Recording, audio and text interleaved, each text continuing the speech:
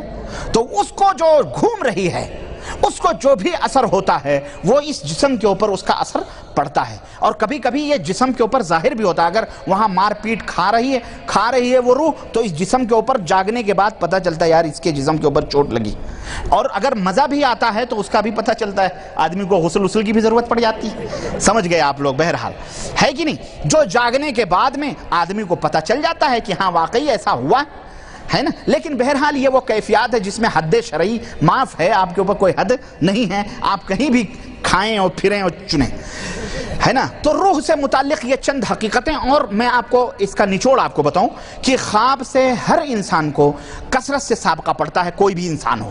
بسا اوقات آدمی، بعض لوگ خوابوں کو یاد رکھتے ہیں، لیکن کچھ لوگ ایسے ہوتے ہیں دیکھتے ہیں لیکن ان کو یاد نہیں رہتا. لیکن بہرحال ہر آدمی کو خوابوں سے سابقہ پڑتا ہے، اور اس خواب سے چند ایسی حقیقتوں کا ہمیں پتہ چلتا ہے جن کے ثبوت دینے کی ہم کو ضرورت نہیں ہوتی ہے. مثلا نمبر 1، خواب میں جو واقعات روح کو پیش آتے ہیں، اکثر و بیشتر واقعات کے وہ اثرات اس روح کا جسم، اس واقعات سے جو روح کا جو جسم ہوتا ہے وہ اکثر و بیشتر بے خبر بھی ہوتا ہے. کبھی کبھی یہ واقعات ہو جاتے ہیں، ظاہر ہوتا ہے، لیکن اکثر کیا ہوتا ہے، وہ جسم بے خبر ہوتا ہے. نمبر 2، خواب میں کبھی کبھی ایسا ہوتا ہے کہ آدمی دبا کے کھا رہا ہے، مرغ مسلم ہے کہ نہیں، خوب پیٹ بھر کے کھا لیا، لیکن جب اس کی نیند کھلی تو کیا یقیناً اس کا پیٹ بھرا ہوا رہتا ہے؟ اس کو بھوک محسوس ہوتی ہے.